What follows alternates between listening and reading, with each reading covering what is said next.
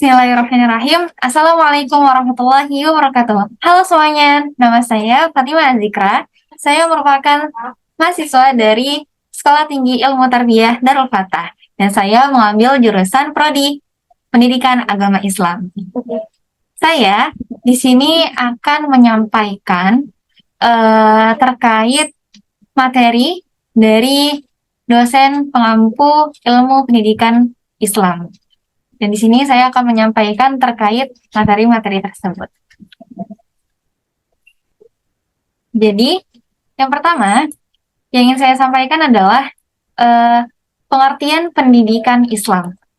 Kita sudah tahu sebelumnya pendidikan Islam, tetapi kita belum mengetahui secara betul nih menurut etimologi dan juga terminologi.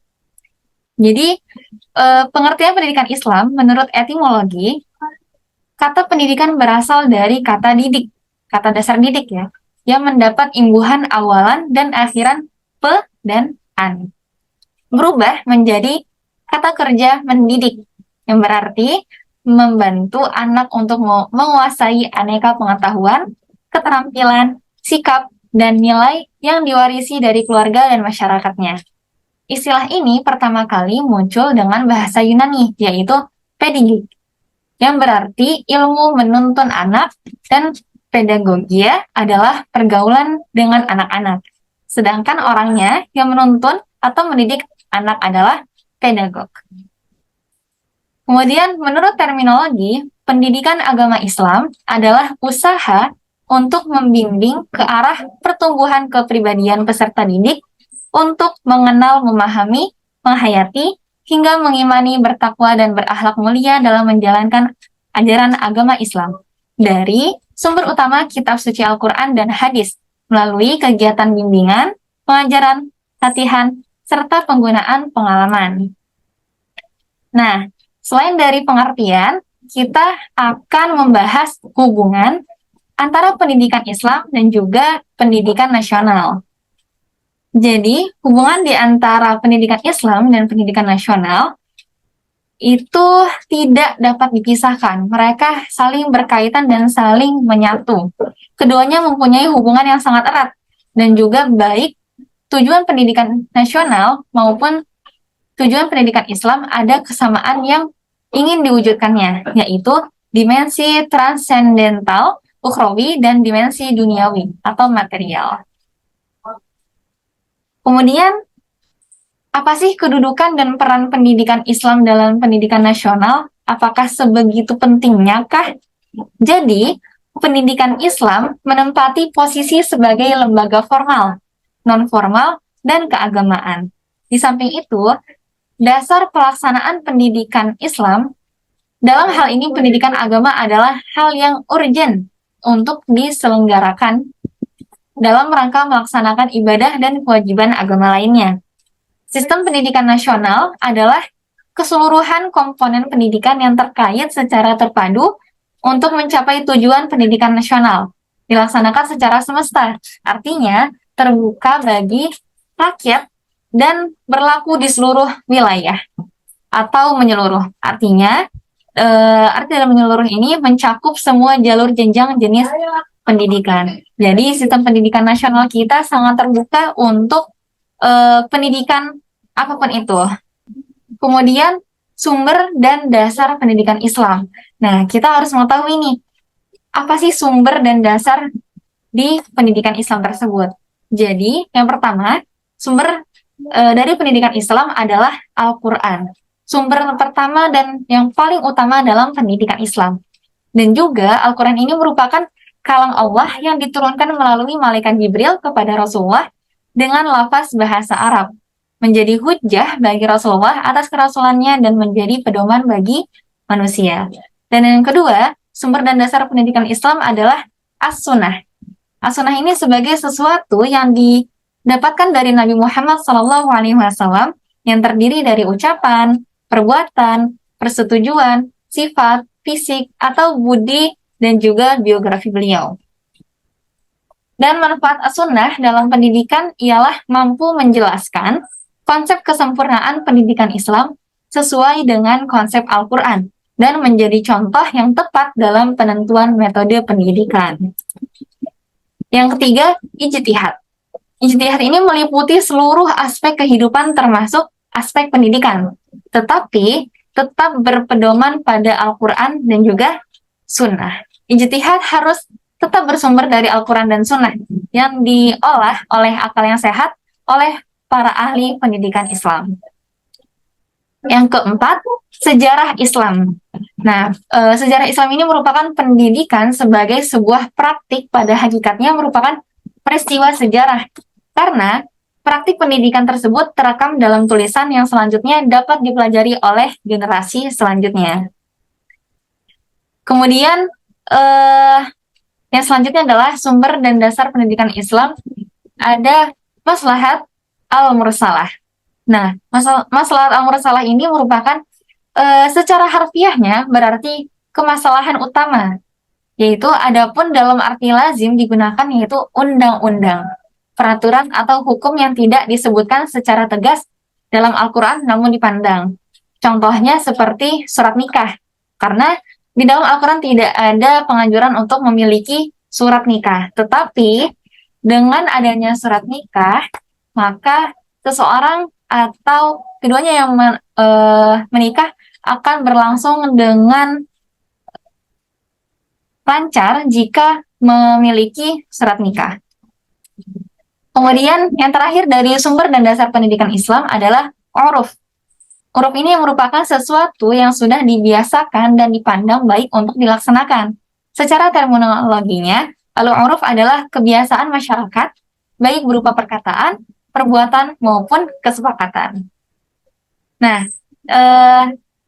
berikut adalah sumber dari pendidikan Islam. Jadi sumbernya ada uruf, maslahat al-mursalah, kemudian sejarah Islam, ijtihad, as-sunnah, dan juga Al-Quran. Nah, dari pendidikan Islam tersebut memiliki dasarnya. Nah, dasar pendidikan Islam adalah tauhid. Jadi, dasar pendidikan Islam itu hanya satu, yaitu tauhid.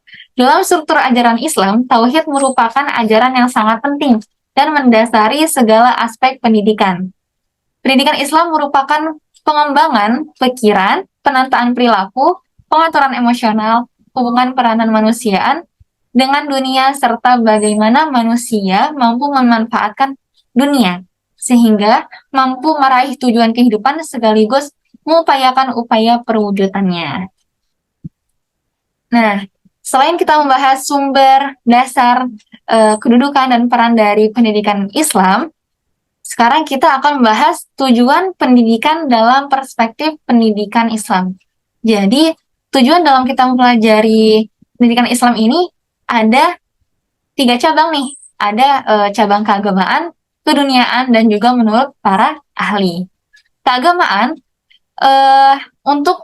gunanya adalah untuk membentuk pribadi muslim seutuhnya, mengembangkan seluruh potensi manusia, baik yang berbentuk jasmaniah maupun rohaniah.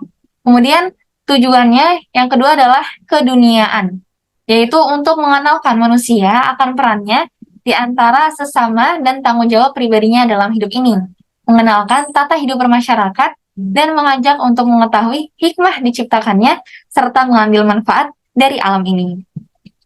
Kemudian, yang ketiga adalah menurut para ahli. Nah, menurut Imam Al-Ghazali, tujuan pendidikan Islam adalah kesempurnaan manusia di dunia dan di akhirat. Manusia dapat mencapai kesempurnaan melalui ilmu untuk memberi kebahagiaan di dunia dan sebagai jalan mendekatkan diri kepada Allah. Jadi itu tujuan dari kita berpendidikan dalam perspektif pendidikan Islam. Kemudian, selain dari pendidikan, pasti ada seseorang yang mendidik kita atau guru. Nah, di sini adalah definisi pendidik dalam perspektif pendidikan Islam. Jadi definisi dari pendidik adalah seseorang yang membimbing dan mengenali kebutuhan atau kemampuan peserta didik, menciptakan situasi yang kondusif bagi berlangsungnya proses pendidikan, menambah dan mengembangkan ilmu yang dimiliki untuk ditransformasikan kepada siswa, dan selalu membuka diri terhadap segala masukan yang diberikan guna membangun masa depan yang unggul bagi para peserta didik.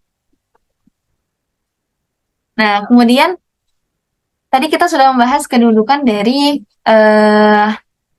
pendidikan. Nah, sekarang kedudukan dan peran pendidik dalam perspektif pendidikan Islam, yaitu untuk menyempurnakan, membersihkan, dan menyucikan manusia agar dapat mendekatkan diri kepada Allah. Juga sebagai contoh serta public figure yang baik kepada peserta didik dalam menjalankan perintahnya. Jadi itu merupakan kedudukan dari pendidik dalam perspektif pendidikan Islam. Kemudian jenis-jenis pendidikan dalam perspektif pendidikan Islam. Jadi ada 3 komponen nih. Yang pertama pondok pesantren, yang kedua perguruan tinggi, dan yang tiga ada madrasah. Dan madrasah ini dibagi menjadi 3 lagi, ada ibtidaiyah, sanawiyah, dan aliyah. Ibtidaiyah SD yang biasa kita sebut SD, sanawiyah yang biasa kita sebut SMP, dan aliyah yang biasa kita sebut SMA. Kemudian apa sih syarat-syarat pendidikan dalam perspektif pendidikan Islam? Syarat-syarat seorang pendidik gitu ya. Jadi yang pertama adalah syarat-syaratnya itu harus mempelajari kejiwaan peserta didik. Kenapa begitu? Karena dengan kita mempelajari kejiwaan peserta didik, maka kita akan mengerti nih cara mengatasi keraguan dan kegelisahan peserta didik. Yang kedua, harus memiliki rasa sayang. Sehingga jika kita memiliki rasa sayang, akan menimbulkan rasa percaya diri dan tentram bagi peserta didik kita. Yang ketiga, memiliki kebaikan hati dan toleran yang tinggi. Jadi, jika kita memiliki hati yang toleran yang tinggi, akan menghargai ilmu lain. Jadi, kita harus menghargai ilmu lain meskipun bukan spesialis di bidang kita tersebut. Kemudian, yang keempat adalah tidak menuntut balasan serta mengharap pujian. Jadi, selama kita mengajar, selama kita mendidik peserta didik, kita tidak menuntut balasan ataupun imbalan yang telah kita berikan. Karena mengajar itu wajib bagi setiap orang yang berilmu. Kemudian, yang terakhir adalah tidak menggunakan kekerasan atau perbuatan tercela lainnya. Karena seorang pendidik harus dengan penuh simpatik dan kasih sayang. Karena dalam menurut Al-Abrashi, syarat menjadi guru ialah harus zuhud. Zuhud ini berarti tidak terlalu suka kehidupan dunia dan hidup sederhana, tenang, pemaaf, berhati kasih sayang, kemudian tidak dengan kekerasan dan lain sebagainya. Kemudian peserta didik dalam perspektif pendidikan Islam. Nah, definisi dari peserta didik ya, kalau tadi kan kita menjabarkan definisi dari seorang pendidik. Sekarang adalah peserta didiknya. Jadi peserta didik ini adalah setiap manusia pasti selalu dalam masa perkembangan.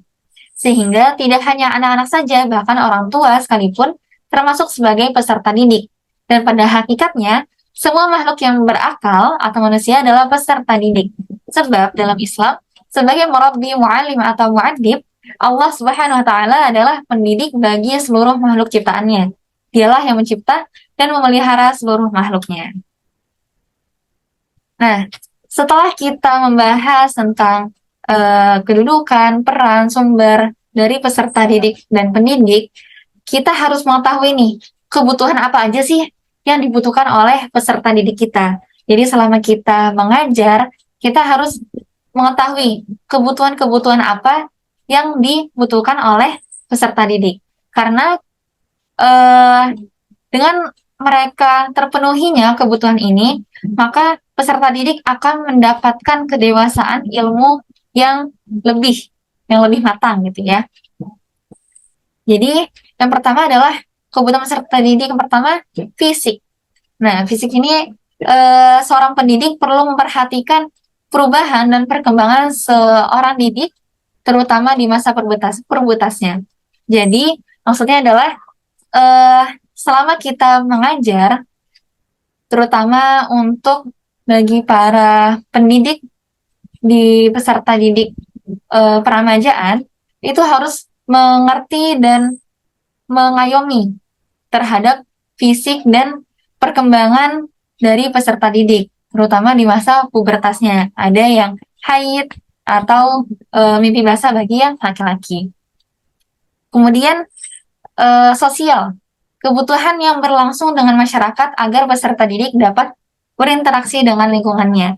Jadi, peserta didik harus memiliki jiwa kesosialisasi yang tinggi, karena jika dia bersosial, maka peserta didik dapat berinteraksi dengan baik kepada lingkungannya. Kemudian, kebutuhan yang ketiga adalah mendapatkan status. Untuk menumbuhkan sikap kemandirian, identitas, serta menumbuhkan rasa kebanggaan diri dalam masyarakat. Jadi dengan adanya status dalam masyarakat, dalam lingkungannya, maka dia akan menimbulkan sikap kemandirian. Gitu. Kemudian mandiri. Nah, mandiri ini adalah kebutuhan dari peserta didik yang untuk membentuk kepribadian berdasarkan pengalaman. Jadi dengan pengalaman yang banyak, pengalaman yang baik, maka akan membentuk kepribadian dan pengalaman yang baik pula. Kemudian berprestasi. Berprestasi ini harus didasari dengan terpenuhinya kebutuhan mandiri dan mendapatkan status. Maka kedua hal ini akan menuntun langkah peserta untuk mendapatkan prestasi. Jadi di balik ada berprestasi ini harus terpenuhinya kebutuhan mandiri dan juga status. Jika kebutuhan mendapatkan status dan mandiri ini sudah terpenuhi, maka secara otomatis ia akan berkembang kepercayaan dirinya dan ia akan mengasah kemampuannya sehingga dapat mendapatkan prestasi di bidangnya. Kemudian disayang dan dicintai. Kebutuhan ini sangat penting, tergolong yang sangat penting, karena ini sangat berpengaruh akan pembentukan mental dan prestasi dari seorang peserta didik. Karena jika peserta didik merasa sendiri, merasa tidak dicintai atau disayangi dari lingkungan ataupun dari sang pendidik, maka jiwa kepercayaan dirinya akan turun dan dia tidak bisa berkembang dengan baik. Kemudian kebutuhan yang selanjutnya adalah curhat. Nah, masa pubertas membutuhkan seorang yang dapat diajak berbagi atau curhat. Maka dengan ini ia merasa seseorang dapat memahami kondisinya. Terutama untuk bagi peserta didik yang remaja, ini sangat dibutuhkan untuk dapat menetralkan emosinya yang kadang suka naik maupun turun. Kemudian memiliki filsafat hidup. Filsafat hidup sangat erat kaitannya dengan agama, karena agamalah yang akan membimbing manusia untuk mendapatkan dan mengetahui apa sebenarnya tujuan dari filsafat hidup. Maka, dengan terpenuhinya kebutuhan ini, yaitu memiliki filsafat hidup, dia akan lebih menghayati dan meyakini agamanya, dan akan dapat mewarnai seluruh aspek kehidupannya. Jadi dengan kita menumbuhkan sifat filsafat hidup, maka ia akan lebih memperdalam keagamaannya. Nah, selanjutnya adalah dimensi. Nah, dimensi ini merupakan salah satu media yang dibutuhkan oleh peserta didik untuk membentuk diri, sikap, mental, sosial, budaya, dan kepribadian yang akan datang atau kedewasaannya. Jadi, yang pertama adalah jasmani. Dimensi dari peserta didik ini adalah jasmani, yaitu vitalitas kehidupan sangat bergantung pada konstruksi fisik seperti susunan sel, kelenjar, alat pencernaan, dan lainnya. Jadi harus dijaga baik-baik jasmani peserta didik. Jadi kita harus memastikan nih jasmani peserta didik kita baik. Jadi jika jasmaninya, tubuhnya baik dan sehat, maka ia akan menerima pembelajaran kita dengan baik pula. Kemudian akal. Akal adalah potensi dasar manusia yang ada pada diri manusia sejak lahir. Potensi ini perlu mendapatkan bimbingan serta didikan agar tetap mampu berkembang ke arah positif. Kemudian keberagamaan. Pada kodratnya manusia adalah homo religius, yaitu makhluk yang percaya akan adanya Tuhan atau makhluk yang beragama. Kemudian akhlak. Akhlak ini merupakan sumber dari iman dan juga takwa, dan mempunyai tujuan langsung yaitu keridhaan dari Allah Subhanahu wa Ta'ala. Kemudian rohani ini merupakan dimensi yang sangat penting dan harus ada pada peserta didik. Hal ini dikarenakan rohani harus dapat mengendalikan keadaan manusia untuk hidup bahagia, sehat, dan merasa aman. Dan yang selanjutnya adalah seni. Seni merupakan yang ada dalam diri manusia, yaitu sarana untuk mencapai tujuan hidup. Namun, tujuan utama seni pada diri manusia adalah untuk beribadah kepada Allah Subhanahu wa Ta'ala dan menjalankan fungsi kekhalifahan. Dan yang terakhir, dimensi peserta didik yaitu sosial. Dimensi sosial bagi manusia sangat erat kaitannya dengan sebuah golongan, kelompok, maupun lingkungan masyarakat. Lingkungan terkecil dalam dimensi sosial adalah keluarga yang berperan sebagai sumber utama peserta didik untuk membentuk kedewasaan. Mungkin cukup sekian dari saya mengenai ilmu pendidikan Islam. Semoga bermanfaat dan dapat kita ambil hikmahnya dan kita bisa terapkan dalam kehidupan kita sebagai seorang pendidik. Mungkin hanya ini akhirul kalam. Wassalamualaikum warahmatullahi wabarakatuh.